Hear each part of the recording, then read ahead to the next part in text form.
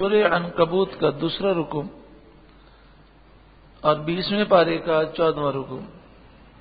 سورہ عنکبوت کی آیت نمبر 14۔ وَلَقَدْ أَرْسَلْنَا نُوحًا إِلَىٰ قَوْمِهِ، اور ہم نے نوح علیہ السلام کو ان کی قوم کی طرف مبعوث کیا۔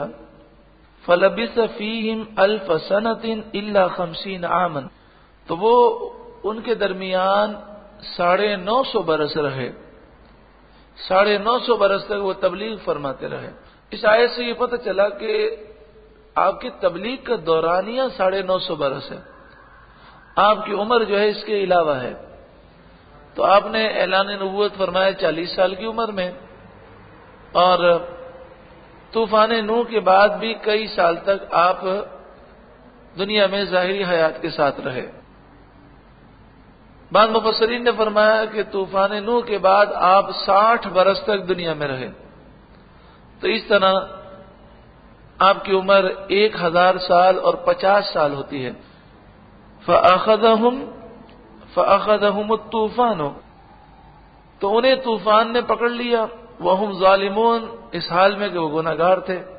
فَأَنْجَيْنَاهُ، تو ہم نے حضرت نوح علیہ السلام کو نجات دی، وَأَصْحَابَ السَّفِينَةِ، اور کشتی والوں کو نجات دی، وَجَعَلْنَاهَا آیَةً لِلْعَالَمِينَ، اور ہم نے اس کشتی کو تمام جہاں والوں کے لیے نشانی بنایا۔ کئی صدیوں تک، کہتے ہیں ہزاروں سال تک یہ کشتی قائم و دائم رہی اور لوگ اسے دیکھتے رہے۔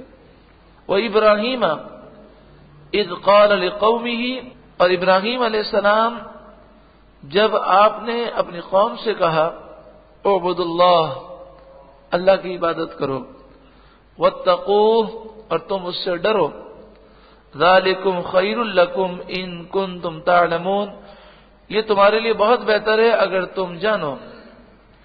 انما تعبدون من دون اللہ اوثانا، تم تو اللہ کے مقابلے میں ان بتوں کو پوجتے ہو، وَتَخْلُقُونَ إِفْكًا، اور تم جھوٹ گڑتے ہو۔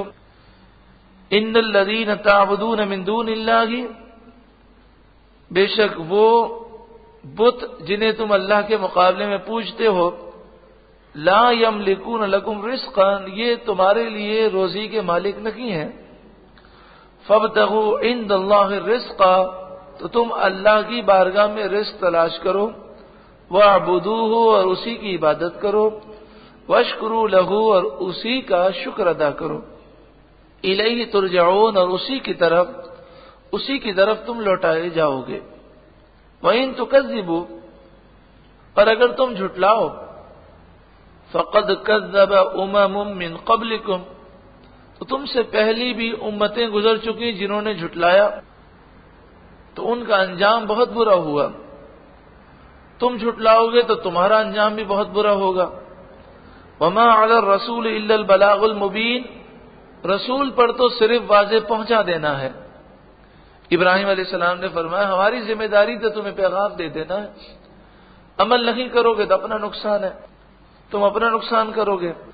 اولم یروا، کیا انہوں نے نہ دیکھا، کیف یبدئ اللہ الخلق، کیسے اللہ تبارک و تعالی مخلوق کی ابتدا فرماتا ہے، ثم یعیدہ، پھر اللہ تعالیٰ اسے دوبارہ زندہ کرے گا۔ ان ذلک علی اللہ یسیر، بے شک یہ اللہ پر بہت آسان ہے۔ قل سیروا فی الارض، اے محبوب آپ فرمائیے زمین میں چلو پھرو، سفر کر کے دیکھو، فانظروا، پھر دیکھو، کیف بدأ الخلق، کس طرح اللہ تعالی مخلوق کو پیدا فرماتا ہے۔ یعنی جو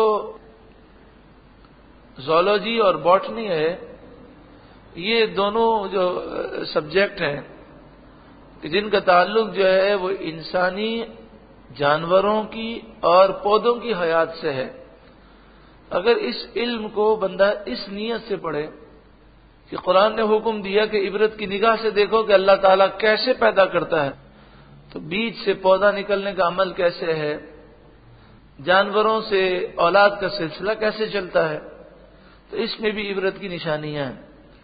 ثم اللہ ينشئ النشأة الآخرہ، پھر اللہ تعالیٰ دوسری اٹھان اٹھاتا ہے، یعنی جب پیدا ہوتا ہے تو شکل آپ دیکھیں کیسی ہوتی ہے، چھوٹا سا معمولی سا پودا، اور پھر بڑا ہوتے ہوتے وہ کیسی کیسی شکل اختیار کرتا ہے۔ ان اللہ علی کل شیء قدیر، بے شک اللہ ہر چاہت پر قادر ہے۔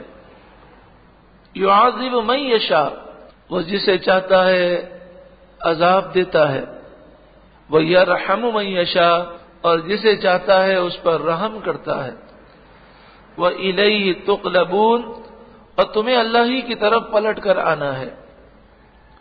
وما انتم بمعجزین فی الارض ولا فی السماء، تم زمین میں اور آسمان میں اللہ کا مقابلہ نہیں کر سکتے، اس کی گرفت سے بچ نہیں سکتے۔